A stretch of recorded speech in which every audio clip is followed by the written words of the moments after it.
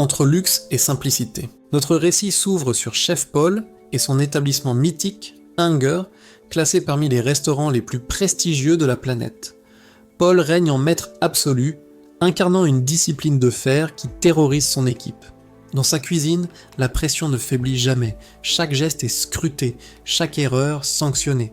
Sa stratégie culinaire est redoutable, affamer ses clients jusqu'à ce qu'ils dévorent ses plats avec une faim dévorante, transformant même un mets ordinaire en expérience inoubliable. Ce concept explique le nom de son restaurant. À l'autre extrémité de la ville, dans un quartier populaire, nous rencontrons Hawaï. Cette jeune femme collabore avec son père dans leur modeste établissement Shuyo. Malgré sa localisation défavorisée, le restaurant affiche complet grâce au talent d'Hawaï. Leur fierté, des nouilles sautées préparées selon une formule ancestrale jalousement gardée. Pourtant, Hawaï suffoque dans cette routine. Elle aspire à un avenir plus ambitieux, loin de ces murs familiers qui l'enferment. Un matin, un homme distingué pousse leur porte. Après avoir savouré la cuisine d'Hawaï, il pose sur elle un regard perçant. « Tu gaspilles ton don dans ce lieu », déclare-t-il en sortant une carte élégante. « Ta place se trouve ailleurs. » La carte arbore le logo prestigieux de Hunger. Hawaï l'empochait, intriguée mais dubitative. Le soir venu, elle confie cette rencontre à ses amis. Leur réaction la sidère. Hunger et Chef Paul figurent parmi les légendes culinaires de Thaïlande et du monde entier. Ils peinent à croire qu'elle ignore cette célébrité. Cette nuit-là, Hawaï extrait la carte et plonge dans ses recherches internet. Elle découvre Paul entouré de stars vantant sa cuisine. Des vidéos le montrant formé de jeunes chefs avec une autorité implacable. Cette obsession naissante perturbe son travail quotidien. Quand l'homme mystérieux revient, Hawaï franchit le pas. Elle l'accompagne, mais se sent aussitôt déplacée devant le faste écrasant du restaurant, un univers qu'elle n'avait jamais imaginé. Il la guide vers la cuisine et lui demande de patienter. Hawaï observe chaque recoin, éblouie par ce temple culinaire professionnel. Elle saisit un couteau pour l'examiner quand le directeur surgit. Il hurle qu'elle repose cet ustensile, la faisant sursauter si brutalement qu'elle le lâche. L'épreuve décisive. Il s'avère qu'un second candidat participe à cette sélection. Hawaï et lui vont affronter un test culinaire, Chef Paul ne retenant qu'une seule personne. L'autre prétendant, Pat, déborde d'arrogance. Il méprise ouvertement Hawaï, persuadé qu'elle ne peut rivaliser. Diplômé d'une école culinaire réputée, il affiche une confiance inébranlable. Lorsque Chef Paul pénètre dans la pièce, l'atmosphère se glace instantanément. Tous se figent au garde à vous. Pat, bavard invétéré, tente d'engager la conversation, mais Paul le remet sèchement à sa place à chaque tentative. Paul annonce l'épreuve, confectionner un riz sauté. Pat s'esclave devant cette simplicité apparente et se lance immédiatement. Voyant qu'Hawaï reste immobile, Paul la fixe intensément, elle se précipite vers les ingrédients. Pat, sûr de sa supériorité, choisit du riz fraîchement cuit.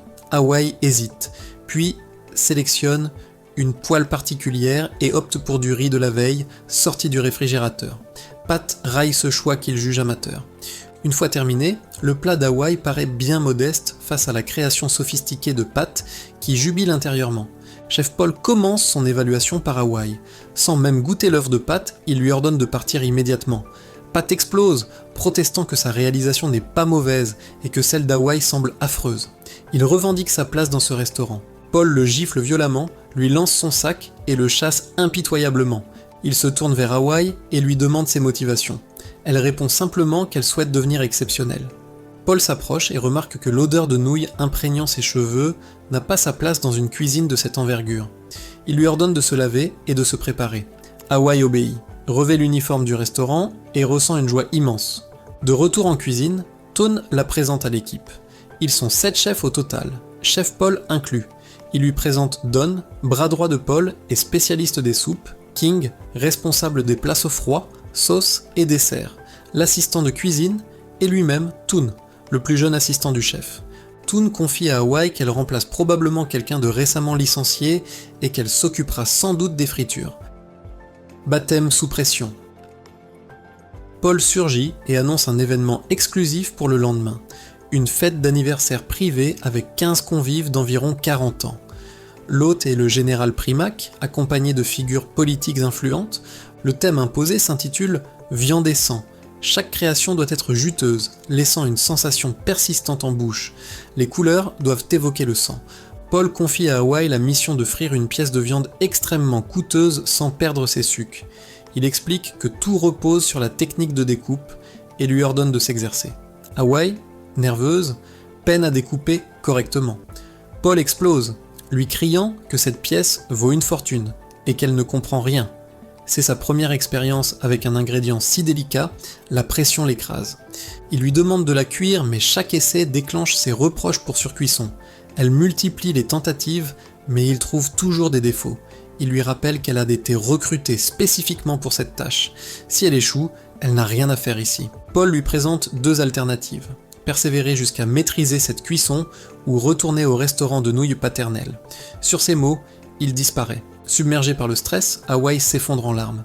Les critiques impitoyables de Paul la démoralisent. Elle envisage d'abandonner, mais choisit finalement de rester et de s'acharner. Elle passe la nuit entière à s'entraîner, s'infligeant des brûlures à cause de la chaleur, mais refuse d'abandonner. Tandis que l'équipe rentre, elle demeure seule, déterminée à parfaire sa technique. À l'aube, l'équipe la découvre endormie sur le carrelage. Toon la réveille et constate ses mains couvertes de cloques. Quand Chef Paul arrive, Hawaii reprend immédiatement sa mission. Cette fois, elle exécute la tâche parfaitement selon ses exigences exactes. Paul goûte sans mot dire. Il ordonne simplement à l'équipe de se préparer pour la soirée. L'événement attire célébrités, politiciens et personnalités. Un homme d'affaires prospère nommé Toss, propriétaire d'une chaîne de restaurants, s'approche de l'espace cuisine. Paul lui signifie que cette zone lui est exclusivement réservée. Toss avait proposé de financer le restaurant de Paul, mais ce dernier avait décliné, privilégiant son indépendance. La cuisine ouverte sur la réception, Paul demande à Hawaii de frire la viande devant l'assemblée. Cette fois, Hawaii rayonne de confiance et exécute parfaitement. Le public applaudit, tandis que l'équipe prépare les autres mets. Le général Primac et ses invités observent, admiratifs. Le résultat correspond exactement à la vision. Couleur rouge profonde respectant le thème. Texture juteuse, marquant durablement les papilles. Les convives sont si conquis qu'ils lèchent leurs assiettes jusqu'à la dernière miette. Après le service, Toss glisse sa carte à Hawaii, l'invitant à le contacter au besoin. Découverte et désenchantement. Hawaii retourne chez son père où Toon l'invite pour une expédition d'achat. Il parcourt les marchés à la recherche d'ingrédients exceptionnels. Toon lui révèle comment Paul se procure toujours les meilleurs produits, principalement auprès de communautés défavorisées, créant ainsi un cercle bénéfique où les plus démunis profitent financièrement de la vente aux fortunés. Cette révélation touche Hawaii, qui perçoit Paul sous un jour plus généreux, malgré son caractère intimidant. De retour au restaurant, Hawaii demande sa mission du jour à Paul. Il répond qu'il n'y a rien à frire et suggère qu'elle fasse le ménage. Elle refuse catégoriquement, clamant qu'elle n'est pas venue pour nettoyer. Paul l'affecte alors à la découpe, mais critique constamment sa lenteur. Quand elle se blesse accidentellement, Paul observe froidement que la friture reste sa seule compétence. Il l'avertit de ne pas se surestimer, puis s'éloigne. L'équipe se prépare pour un autre événement prestigieux. Durant leurs échanges, ils expriment leur envie de goûter au luxe de leur clientèle. Don leur rappelle crûment que ces gens ne se soucient pas d'eux. Ils engagent Chef Paul uniquement pour impressionner. Au-delà, il n'existe pas. Hawaii regagne le restaurant familial et cuisine un morceau de viande pour son père. Bien qu'il apprécie, il confesse préférer leurs nouilles traditionnelles. Son frère la taquine, l'accusant de jouer les importantes depuis qu'elle côtoie les riches. Plus tard, Hawaii apporte des nouilles familiales chez Toon. Il lui enseigne la découpe et cuisson de viande, tandis qu'elle lui apprend le maniement du wok. Ils cuisinent ensemble, Toon prodiguant ses conseils. Ces moments partagés rapprochent progressivement les deux jeunes gens. Le lendemain, Hawaii prépare de la viande pour Oncle Don. Il la goûte et commente que la graisse n'est pas correctement fondue. Il lui rappelle qu'elle a encore beaucoup à apprendre et l'avertit contre l'excès de confiance. King sort une cigarette. Toon tente de l'avertir que c'est interdit, mais Paul surgit. King cache rapidement sa cigarette, mais Paul l'a vue. Il ordonne à King de la sortir, de la mettre en bouche, puis la jette dans la soupe que King préparait. Il force King à boire cette mixture en guise de leçon, soulignant qu'il ne risquera jamais sa réputation à cause de la négligence d'un équipier. Vol et châtiment. Paul annonce qu'un voleur sévit parmi eux. une pièce de viande coûteuse et du foie gras ont disparu. Il exige des aveux, menaçant sinon de vérifier les caméras, de renvoyer le coupable et d'alerter la police. Toon avoue, expliquant avoir dérobé ses aliments car après des années à cuisiner des mets luxueux pour les riches, il n'y avait jamais goûté. Paul réplique glacialement que cette nourriture est réservée aux nantis. Si Toon possédait l'argent, il pourrait l'embaucher. Mais ce n'étant pas le cas, son temps ici s'achève. Paul nomme Hawaii comme sa nouvelle assistante, Dawn reprenant les tâches d'Hawaii et Toon, l'équipe étant amputée. L'équipe accuse le choc mais doit s'incliner. Le lendemain, sur leur nouveau lieu de prestation, Paul découvre des traces de crevettes dans la soupe de Toon. Il fulmine car la jeune cliente souffre d'allergie aux crustacés. Cette contamination aurait pu être fatale. Pour rattraper l'erreur, il improvise une nouvelle soupe avec des assaisonnements de nouilles instantanées et de l'eau du robinet. Étonnamment, la famille savoure se substitue. De retour au restaurant, Paul exige des explications sur cette faute. Toon jure qu'il n'y avait pas de crevettes au menu et que tout avait été préparé dans leur cuisine. Paul découvre pourtant des crevettes dans la casserole de Toon. Il confronte Dawn, comprenant qu'il a sabotage le plat par jalousie envers Toon et Hawaii. Paul le réprimande violemment, le qualifiant d'échec et lui interdisant à vie de cuisiner. Poussé à bout, Dawn empoigne un couteau et poignarde Paul avant de fuir. Paul est transporté d'urgence à l'hôpital. Le détail bouleversant, aucun parent, proche ou ami ne lui rend visite. Seul son personnel reste à son chevet. Le lendemain, Hawaii lui rend visite. Elle le trouve disputant avec l'infirmière, refusant de s'alimenter. Elle lui apporte des nouilles sautées paternelles, expliquant qu'elles sont préparées avec amour. Paul les consomme, mais refuse tout compliment. Il rejette même l'idée de cuisiner avec amour, qualifiant ce concept d'inutile, une excuse de pauvre et d'échec. Hawaii s'enquiert de ses motivations pour devenir chef. Les cicatrices du passé. Paul lui narre l'histoire d'un pot de caviar. Sa mère était domestique chez une famille fortunée. Enfant, il s'interrogeait sur leurs différences de conditions, pourquoi il ne pouvait savourer les mêmes mets luxueux, notamment le caviar qu'il voyait les riches consommer. Un jour, il déroba un pot de caviar pour le goûter, mais le fils du propriétaire l'intercepta et l'accusa de vol. Startlé, Paul lâcha le pot qui se fracassa au sol. Sa mère dut travailler des mois pour rembourser ce petit récipient, tandis que Paul nettoyait les dégâts. En essuyant le sol, il goûta le caviar et le trouva répugnant. Cette révélation lui fit comprendre que les démunis mangent pour survivre, mais les nantis recherchent des produits coûteux et rares, indépendamment du goût. Dès cet instant, il décida de devenir chef pour les riches, s'assurant qu'ils désirent toujours sa cuisine, qu'ils dépendent toujours de lui. Hawaii retourne chez son père pour découvrir qu'il est hospitalisé, gravement malade. Elle accourt, mais l'hôpital manque de lits. Elle se bat avec le personnel jusqu'à obtenir un examen. Il subit une opération, mais l'établissement étant saturé, il est installé dans un espace précaire, leur seule option financière. Hawaii s'effondre, rongé par la culpabilité de son absence. En quittant l'hôpital, elle aperçoit un reportage sur un homme ayant tué sa femme et sa fille, accablé par les dettes et la dépression. Choc!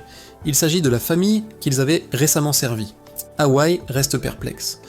Pourquoi une famille endettée engagerait-elle Chef Paul pour un festin somptueux au lieu d'utiliser cet argent pour réduire ses dettes?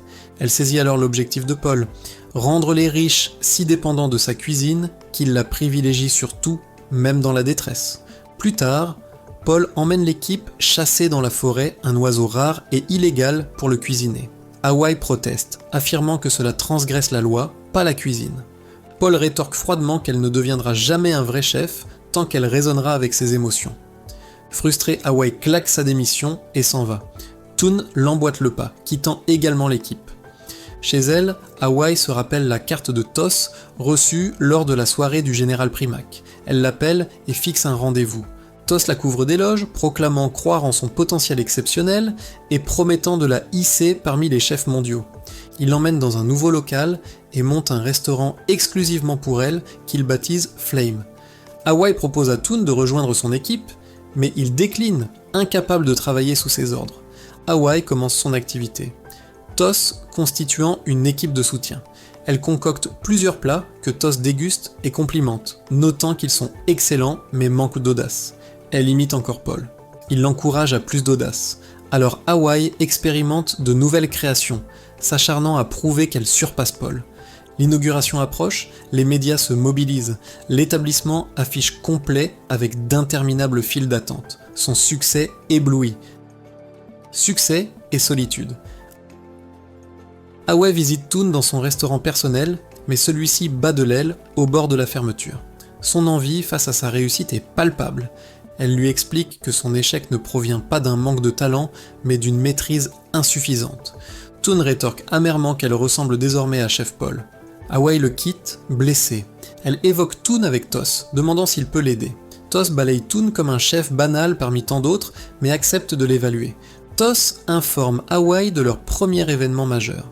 Une réception de la haute société, organisée par Madame Milky, fréquentée par des personnalités influentes, sa chance de briller mondialement. Plus tard, Away appelle Eo, qui la félicite pour ses accomplissements et l'encourage à rentrer, surtout avec la sortie prochaine de son père de l'hôpital. Away insiste qu'elle a encore à prouver et demande à Eo de veiller sur son père.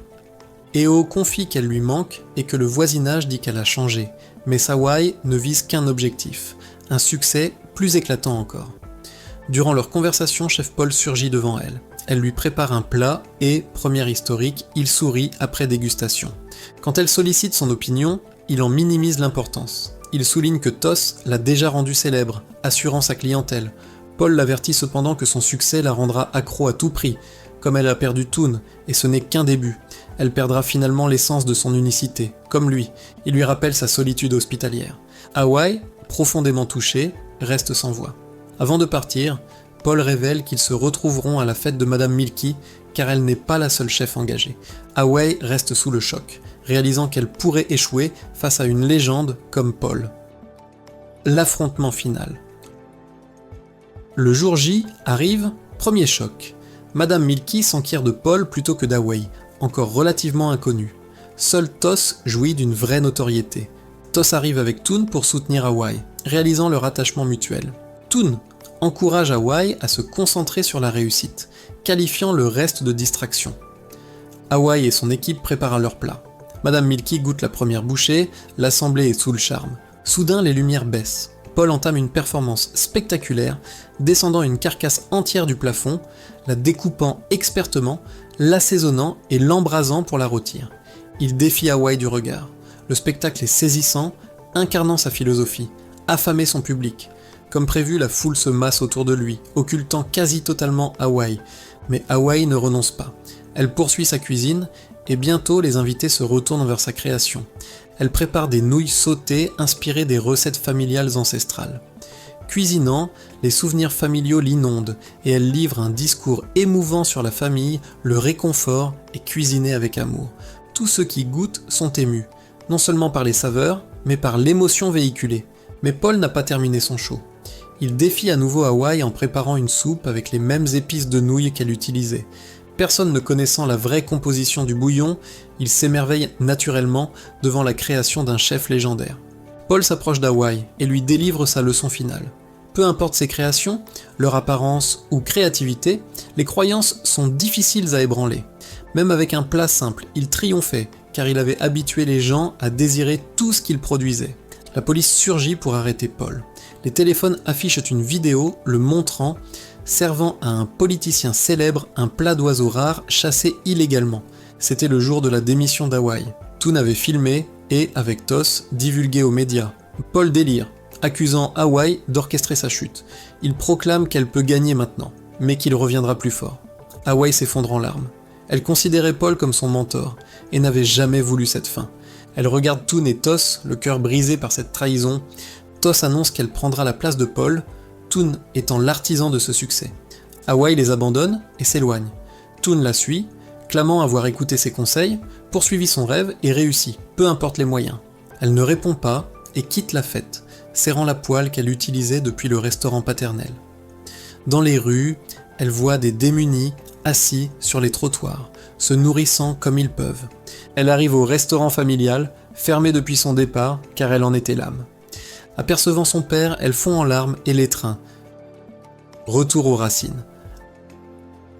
Away renonce au restaurant de prestige.